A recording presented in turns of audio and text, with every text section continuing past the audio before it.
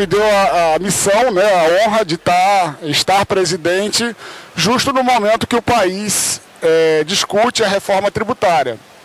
A reforma tributária que é um tema que o Brasil debate há mais de 20 anos, né? A gente tem no nosso país, do ponto de vista do consumo, um dos sistemas tributários mais complexos do mundo. A gente tem 27 unidades federadas, cada uma com sua legislação, o que trouxe uma demasiada complexidade para o sistema tributário. Então, na palestra aqui hoje, na minha fala, eu vou tentar mostrar para vocês como vai funcionar o nosso novo modelo tributário do consumo e também falar os impactos para os municípios, que é o público principal aqui. Então eu vou tentar ser breve e tentar falar de forma bem didática para tentar dar a vocês o conhecimento mínimo sobre essa matéria. Eu sempre digo que o tributo, ele define, né, o sistema tributário, ele define o modelo de sociedade que um país, uma nação quer viver. Então a gente tem um país em que há uma considerável prestação de serviços públicos gratuitos para a população. A gente tem um sistema único de saúde extremamente amplo. Nós temos um sistema de educação também que vai desde o sistema mais básico até o terceiro grau, um sistema público. Então o Brasil precisa de um sistema tributário que provenha esses recursos para os estados, os municípios e a União prestar esses serviços para a população. Como é que a gente vê aqui a base tributária de uma economia? A tributação ela pode incidir no consumo, na renda e no patrimônio. Essas são as principais bases tributárias de uma economia. O nosso país, o Brasil, ele tem uma excessiva tributação no consumo e ele tem menos tributação na renda e no patrimônio. Isso é um modelo muito ruim. Isso é um modelo muito ruim e eu vou dizer o porquê. Aqui entre vocês que estão assistindo aqui a palestra, eu acho que dificilmente vocês vão saber quanto tem de tributo, seja ele estadual, municipal ou federal, dentro desse copo d'água. Quando você vai comprar um copo de água desse no mercado, a gente não consegue precisar a tributação aqui dentro e nem tampouco sabe o quanto tem de tributo aqui. A tributação excessiva no consumo, ela tem um efeito primário, que é você desestimular o investimento na produção, né? No empreendedorismo produtivo, de gerar produtos, de gerar empregos e renda. Quando você tributa demais no consumo, você estimula que as pessoas invistam mais em renda e patrimônio. Trazendo um modelo que a gente acaba tendo no nosso país uma deformidade, eu vou utilizar esse termo, em relação a países desenvolvidos. As pessoas da classe média alta, quando viajam, por exemplo, para os Estados Unidos e fazem aquisições de produtos lá, elas sempre voltam dizendo: os produtos são tão mais baratos lá fora, no Brasil se paga muito imposto. O Brasil tem uma carga tributária considerável, mas está longe de ser uma das maiores do mundo. O que acontece no Brasil é que está havendo uma excessiva tributação no consumo. E talvez uma das grandes vantagens da reforma tributária é que a partir de agora, com o IBS e com a CBS, a gente vai saber exatamente quanto vai ter de tributo nesse copo d'água. E isso pode estimular as pessoas, o país, a migrar para uma tributação maior no patrimônio e na renda, que é como funciona nos países mais desenvolvidos e propicia uma tributação menor do consumo. Quais são os objetivos principais? O que finalmente levou o país a discutir e aprovar o texto constitucional da reforma tributária? São 3 itens principais, né? A gente imagina que com a aprovação da reforma tributária, tirando da sala, né, um elefante muito pesado, que é a complexidade do nosso sistema tributário do consumo, a economia do país vai crescer. Porque a gente vai, tirando esse custo, tirando essa complexidade, a gente imagina e espera que vai haver um forte investimento, principalmente na indústria brasileira. Então, o primeiro objetivo da reforma tributária é fazer a economia brasileira crescer de forma sustentável, gerando emprego e renda. Isso através... Como é que a gente vai fazer isso? Tornando o nosso sistema tributário mais justo, reduzindo as desigualdades sociais e regionais, reduzindo a complexidade da tributação. A gente está tratando aqui, é importante que vocês saiam daqui sabendo disso. A gente fala muito em reforma tributária, mas nesse momento a discussão se dá somente nos tributos que incidem sobre o consumo. É muito desejável uma reforma da tributação do patrimônio e da renda, mas isso vai ficar para o segundo momento. Nesse momento, a discussão que a gente está fazendo aqui é a reforma da tributação do consumo. Como é que funciona hoje? Do que a gente está falando? No consumo, há hoje 5 tributos, a tributação sobre... Existem 5 tributos sobre o consumo. 3 de competência federal, 1 de competência estadual e 1 de competência municipal, de competência dos municípios. O principal tributo sobre o consumo, dentre esses 5, aquele que tem o maior poder de arrecadação, inegavelmente, é o ICMS. O ICMS que é de competência dos estados. O ISS, que é de competência dos municípios, ele também tem um grande poder de arrecadação, mas ele se restringe somente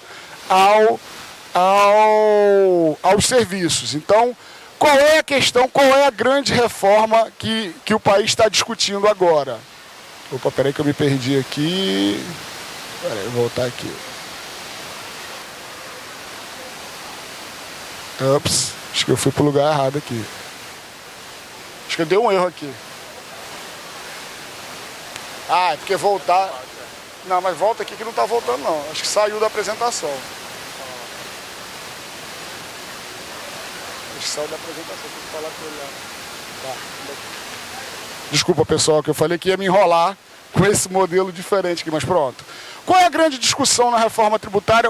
E agora não mais discussão, a gente já tem o texto constitucional aprovado no Congresso Nacional e já em vigor não, porque, como eu vou falar daqui a pouco, há um período de transição entre os dois modelos, mas a grande transformação é essa que vocês estão vendo aqui. A gente pega os 3 tributos sobre consumo de competência federal, que é o IPI, a COFINS e o PIS, e transforma na CBS e no imposto seletivo. O imposto seletivo ele funciona de forma secundária, é um imposto extra fiscal, mas a grande transformação é desses 3 tributos na CBS. E aqui uma transformação que dialoga diretamente com o paradigma, com a premissa da autonomia dos estados e municípios, um tributo que era somente dos estados, claro que ele é repartido com os municípios, e um tributo que era somente dos municípios, eles se fundem em um só tributo, que é o chamado IBS, Imposto sobre Bens e Serviços. A gente tem chamado esse modelo de um IVA dual. O IVA, para quem não conhece o termo IVA, é Imposto sobre Valor Agregado. É uma espécie de tributo que é utilizado em mais de 100 países do mundo. Então, esse IVA que a gente tem aqui, vai ter aqui no Brasil, a gente chama de IVA dual, porque vai ter a CBS, que é a Contribuição sobre Bens e Serviços, que é de competência da União, e o IBS, que é de competência dos estados e municípios. Vamos aqui para as premissas, né, que são a base dessa reforma tributária. A criação do IVA, o Imposto sobre Valor Agregado, o conceito da base ampla, ele é fundamental nesse contexto da aprovação da reforma tributária. A base ampla, o que quer dizer a base ampla?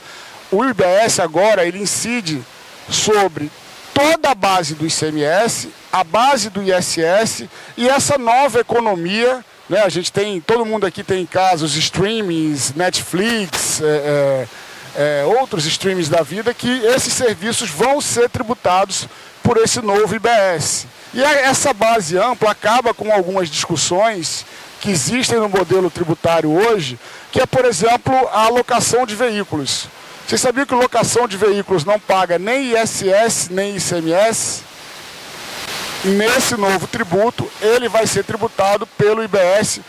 A locação de veículos vai sair dessa zona de neutra de não pagar nem ICMS, nem IBS. Então, a base ampla é uma das principais premissas da reforma tributária. A manutenção da Zona Franca de Manaus é uma discussão que foi bem ampla durante o ano passado. Na discussão do texto constitucional, ficou mantida a manutenção da Zona Franca, ficou mantida a Zona Franca de Manaus. Redução da sonegação sempre é um objetivo quando a gente faz qualquer alteração no nosso sistema tributário. Ganho de produtividade com a retirada da complexidade, com a simplificação do sistema tributário que nós temos hoje. O incremento na eficiência econômica já é uma consequência da simplificação do sistema. O sistema é totalmente digital. Aqui uma questão que eu vou falar um pouco de forma mais, com um pouco mais de detalhe, que é uma consequência da reforma tributária, que a gente tem que ter muito cuidado com um estado com características como o Rio Grande do Norte, que é o fim da guerra fiscal. Eu vou falar já sobre isso. Uma legislação única. Eu falei agora há pouco da complexidade do nosso sistema. Com 27 legislações de ICMS, a gente passa para uma legislação uniforme, e a redução, com a consequente também, com essa legislação uniforme, a gente passa para um ambiente mais simplificado. A gente imagina que vai haver uma redução da litigiosidade, da inadimplência e de fraudes fiscais. Vamos para cá. Aqui é um conceito que também está sendo muito discutido ainda. A reforma tributária, ela não se encerra com a aprovação do texto constitucional. Pelo contrário, ela se inicia com a aprovação do texto constitucional.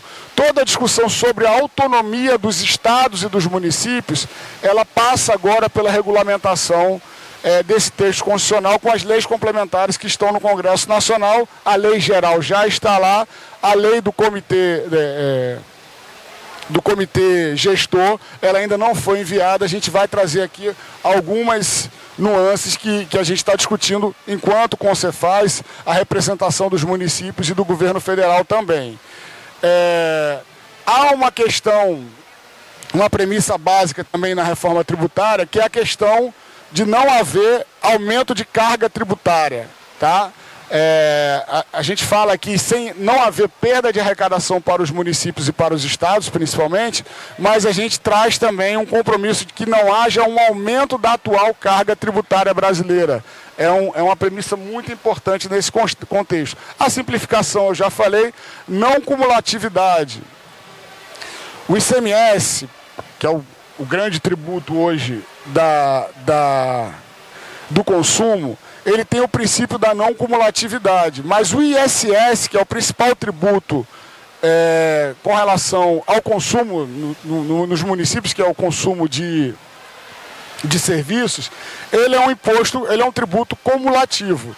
A gente traz a não cumulatividade plena para esse novo modelo, ou seja, a utilização de créditos, inclusive créditos financeiros. Tudo aquilo que o empresário pagar, ele compensa no próximo pagamento de tributo. Tudo aquilo que ensejou, que faz parte do campo de incidência do tributo. A racionalidade e o princípio do destino. Aqui eu dou destaque a essa questão do princípio do destino, que talvez seja a grande notícia para um estado como o Rio Grande do Norte. Eu vou falar mais um pouco à frente sobre o princípio do destino. A transparência, eu vou falar um pouco sobre isso, dialoga com aquilo que eu estava falando agora há pouco. Hoje há muito pouca transparência na tributação do consumo. A gente não tem, apesar daquela lei que foi aprovada, acho que no governo da presidente Dilma, de que sai lá no cupom fiscal, na nota fiscal, o valor aproximado de tributos naquele produto que está sendo vendido. Ali é uma aproximação com esse valor, com essa cobrança do imposto por fora. A partir de agora a gente vai saber exatamente quanto tem de tributo em uma mercadoria.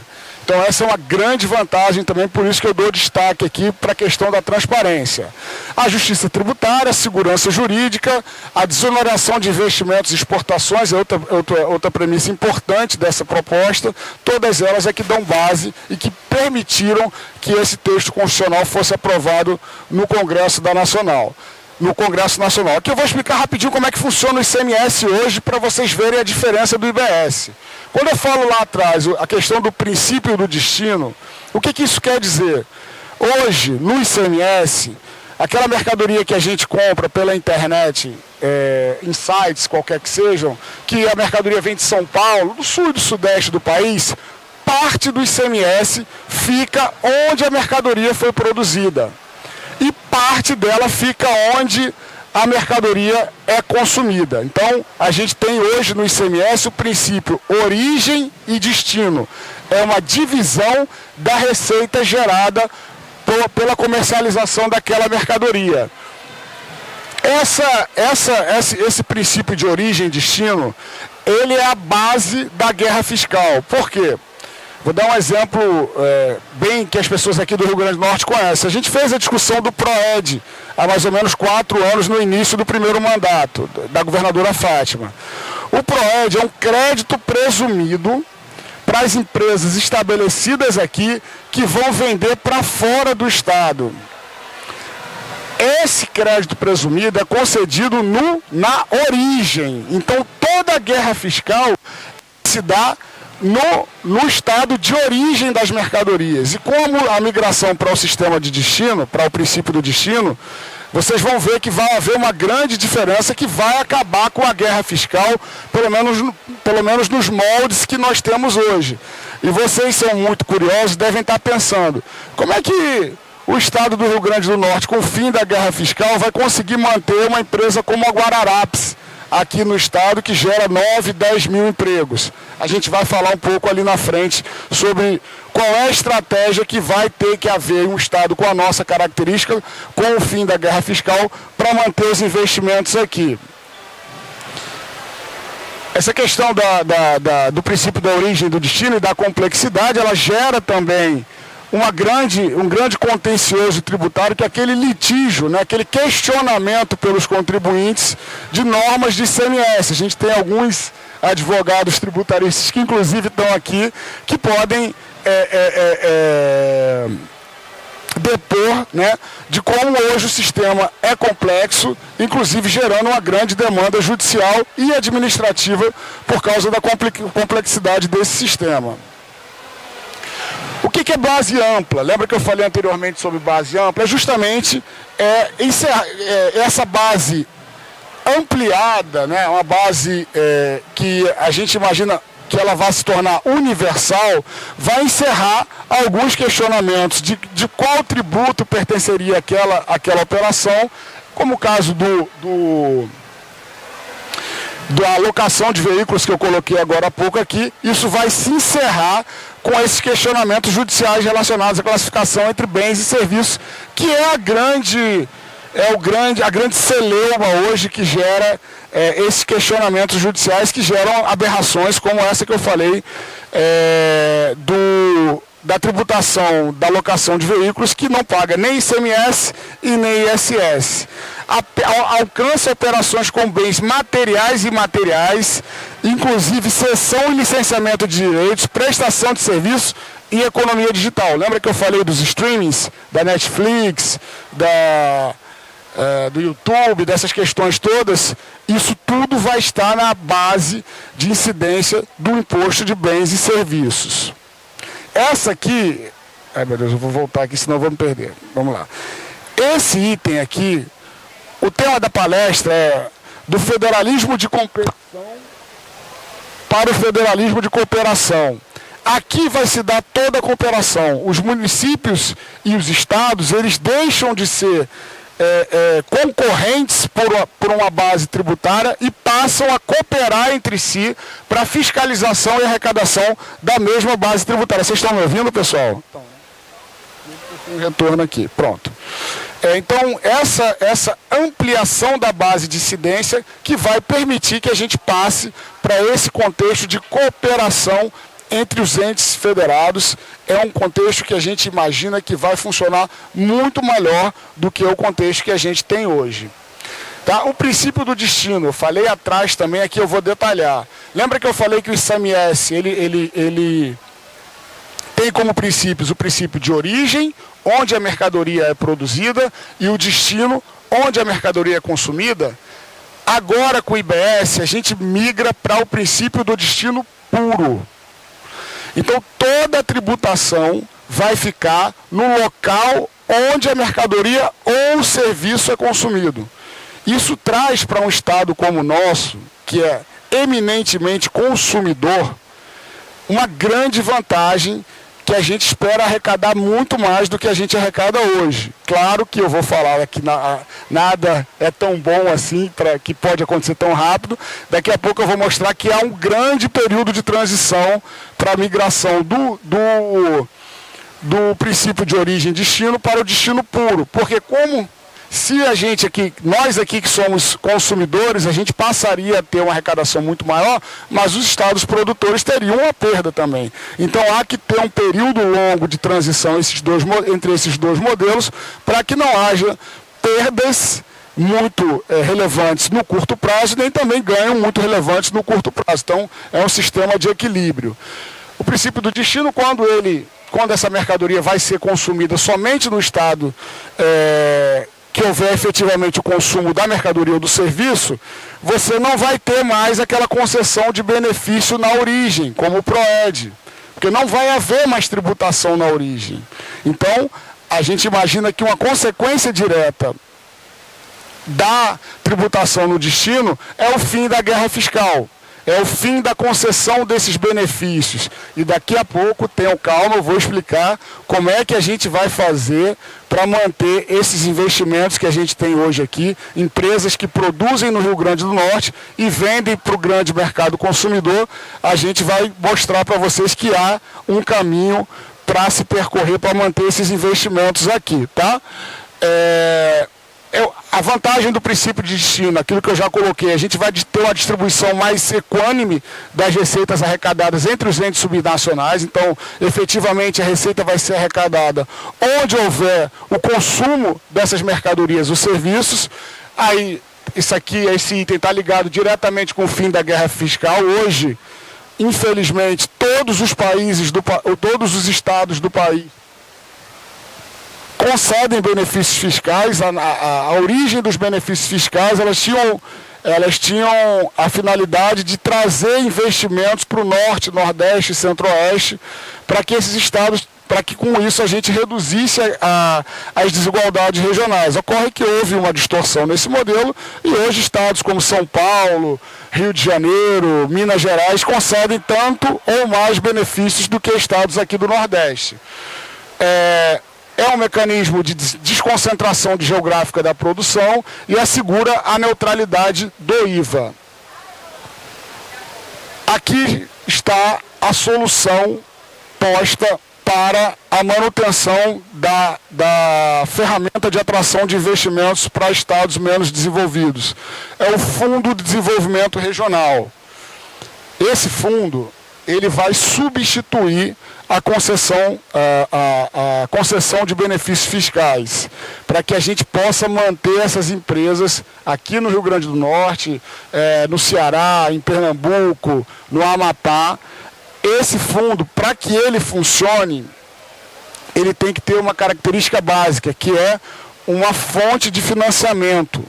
A gente tem hoje na administração pública vários fundos, fundo da educação básica, fundo de reaparelhamento da polícia militar, etc, etc, etc. Mas esses fundos, eles não têm fundo de financiamento. Esse fundo de desenvolvimento regional, ele nasce com uma fonte de financiamento que gera receita na casa de 40 bilhões de reais ano. Então, são muitos recursos para que os estados possam manter a atração de investimentos para gerar emprego e renda para suas populações. Que não adianta, pessoal, a gente pensar somente na questão da arrecadação. Não adianta a gente ficar feliz com a migração para o princípio do destino, que nós vamos arrecadar mais, se a gente não tiver emprego para a nossa população. Então, o Fundo de Desenvolvimento Regional é uma ferramenta fundamental para que não haja uma consequência possível da reforma tributária, que é uma reconcentração dos investimentos do país nos estados mais populosos. Então, o Fundo de Desenvolvimento Regional ele dialoga diretamente com a redução das desigualdades regionais e é preciso que a gente faça bom uso desse fundo e ele tem para isso, para que não vire uma fonte de pagamento de custeio, de folha de pagamento, ele tem um regramento bem rígido que ele só permite a utilização dele para esses itens que estão marcados aqui. Realização de estudos, projetos de obras de infraestrutura, fomento a atividades produtivas com elevado potencial de geração de emprego e renda, incluindo a concessão de subvenções econômicas e financeiras, concessão de subvenções econômicas e financeiras. Essas subvenções econômicas e financeiras que vão ser as ferramentas de manutenção de investimento nos estados menos desenvolvidos do nosso país. Promoção de ações com vistas ao desenvolvimento científico e tecnológico e à inovação. Então veja que são esses 3 itens que deixam bem amarrados para que esses recursos não sejam utilizados para uma finalidade de custeio, porque senão eles não vão ter o resultado esperado desse fundo que vem com essa finalidade de manutenção de investimentos.